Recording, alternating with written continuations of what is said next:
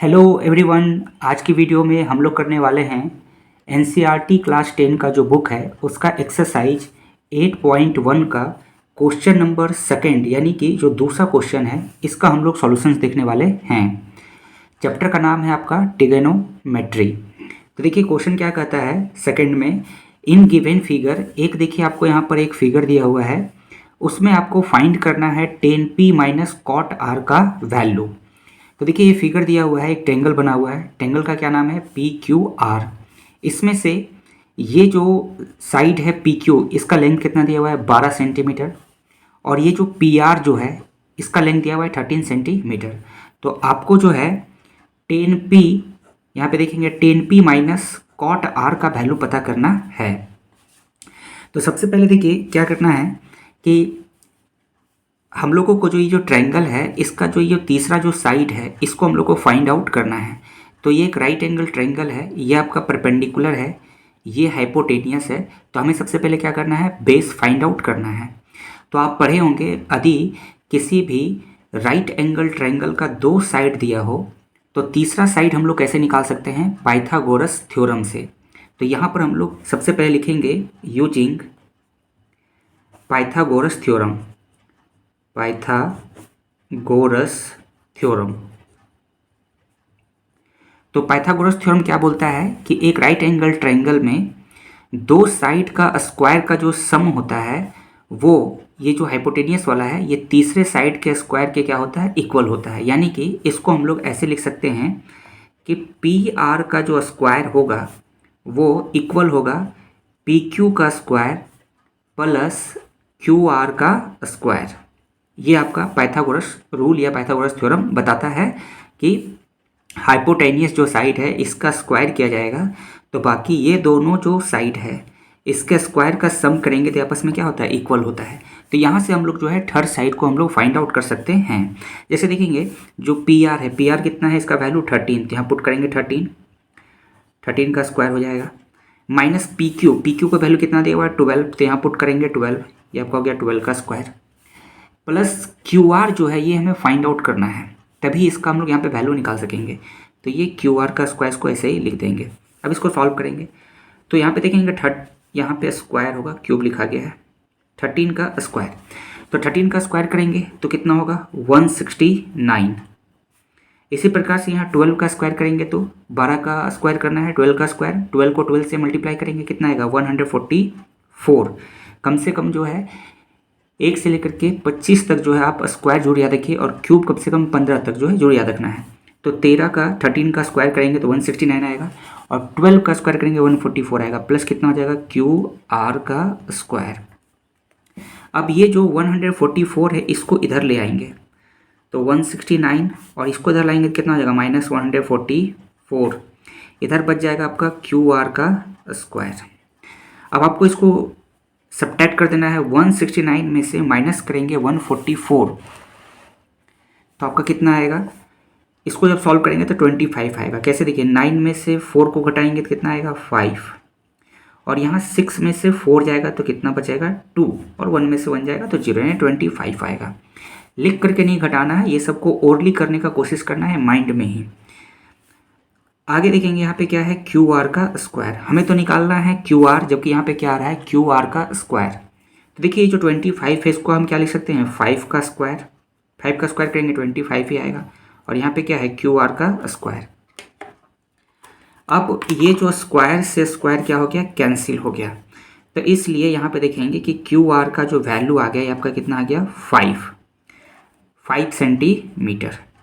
तो यहाँ पर ये जो ट्रायंगल है इसका जो तीसरा साइड है हम लोगों को मिल चुका है, और ये आपका कितना हो गया 5 सेंटीमीटर, जिसको हम लोग फाइंड आउट कर लिए हैं। अब हम लोग बहुत ही आसानी से जो यहाँ पे वैल्यू निकालना है tan P minus cot R का वो निकाल सकते हैं। अब यहाँ पे ये देखना है जो कुछ इंपॉर्टेंट जो बात है जो आपको ध्यान रखना है, यहाँ पे सबसे पहले हम लोगों को निकालना है टेन पी का वैल्यू। तो टेन पी यानी कि एंगल कौन सा कंसीडर करना है, पी कहाँ पर है, ये है एंगल पी। तो जब इस एंगल को मान करके जब हम लोग काम करते हैं तो इसके सामने वाला जो ये जो साइड है, इसके सामने वाला ये जो साइड है ये आपका क्या होगा, ध्यान रखना है हाइट होगा, यानी परपेंडिकुलर होगा। ये नहीं कि ये राइट एंगल ट्रायंगल देखे, इसको बेस मान लिए, इसको हाइट मान लिए, इसको हाइपोटेनियस मान लिए। आपको देखना है कि किस एंगल के रिस्पेक्ट में काम किया जाता है। ध्यान रखना है कि जिस एंगल के रिस्पेक्ट में काम करेंगे, यदि आप आर एंगल के रिस्पेक्ट में काम करेंगे, जैसे यहाँ पे एंगल आर दिया हुआ है, तब क्या हो जाएगा, ये आपका हाइट होगा। जिस एंगल के रिस्पेक्ट में काम करते हैं उसके सामने वाला साइड जो होता है वो हाइट होता है, उसके नीचे वाला बेस हो जाएगा, और ये तो ऑलवेज हाइपोटेनियस ही रहेगा। तो यहाँ पर चूंकि पी मान के हम लोग एंगल काम करेंगे, तो इसके सामने वाला ये हाइट होगा, ये बेस होगा, और ये हाइपोटेनियस होगा। आई होप ये चीज़ आपको समझ में आ गया होगा। तो चलिए अब हम लोग वैल्यू निकालते हैं यहाँ पर। तो इसका जो वैल्यू है हम लोग यहीं पे सॉल्व कर लेते हैं, tan P minus cot R का। तो हमें क्या निकालना है, tan P minus cot R का वैल्यू।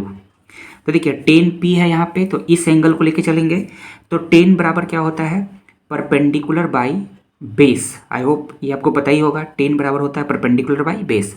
जब भी टेन लिखेंगे तो टेन बराबर क्या होता है, परपेंडिकुलर बाई बेस। तो यहाँ पे परपेंडिकुलर कौन सा है, क्यू आर, यानी कि या सीधे लिख सकते हैं आपका 5 है परपेंडिकुलर, तो यहाँ लिखेंगे 5।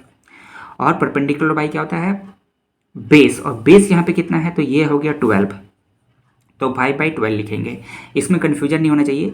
कुछ लोगों को क्या लगता है कि ये राइट एंगल ट्रायंगल है तो ये बेस हो जाएगा, और ये परपेंडिकुलर दिख रहा है तो परपेंडिकुलर हो जाएगा।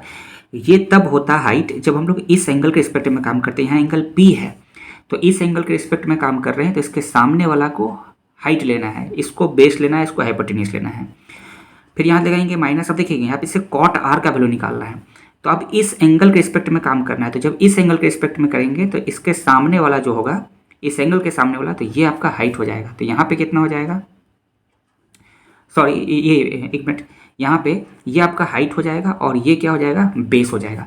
लेकिन हम यहाँ पे देखना है हमको किसका वैल्यू निकालना है, कॉट आर का। देखिए कॉट जो होता है, टेन बराबर क्या होता है, परपेंडिकुलर बाई बेस, और कॉट जो होता है टेन का उल्टा होता है। तो कॉट बराबर क्या होगा, बेस बाई परपेंडिकुलर। तो यहाँ पे बेस कितना है 5, तो यहाँ पे लिखेंगे 5, और परपेंडिकुलर कितना है, बेस कितना है, परपेंडिकुलर आपका 12, तो यहाँ लिखेंगे 12।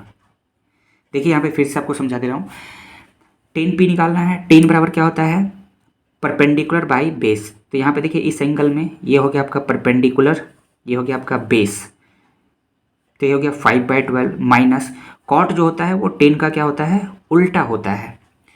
और यहाँ पे एंगल क्या दिया हुआ है, कॉट आर, इस एंगल के रिस्पेक्ट में लेके चलना है, तो ये आपका हो जाएगा परपेंडिकुलर, ये हो जाएगा आपका बेस। तो कॉट जो होता है वो होता है बेस बाई परपेंडिकुलर। तो ये बेस कौन सा है, ये है, और परपेंडिकुलर कौन सा है, ये हो जाएगा। तो 5/12 हो जाएगा। 5/12 में से 5/12 को घटाएंगे तो कितना आएगा, 0। तो इसका जो आपका आंसर होगा वो आपका क्या हो जाएगा, 0। तो ये था आपका एक्सरसाइज 8.1 एनसीईआरटी क्लास 10 का जो बुक है उसका सेकंड यानी कि दूसरे क्वेश्चन का सॉल्यूशंस। तो आई होप आपको ये समझ में आ गया होगा। तो इसी प्रकार से जो है हर वीडियो की नोटिफिकेशन पाने के लिए जो है आप हमारे चैनल को जो है ज़रूर सब्सक्राइब कर लीजिए, ताकि हर वीडियो की नोटिफिकेशन आपको मिल जाए। साथ ही वीडियो अच्छी लगी होगी तो लाइक कीजिएगा और कमेंट जरूर करके बताइएगा। तो मिलते हैं नेक्स्ट वीडियो में अगले क्वेश्चंस के सॉल्यूशंस के साथ।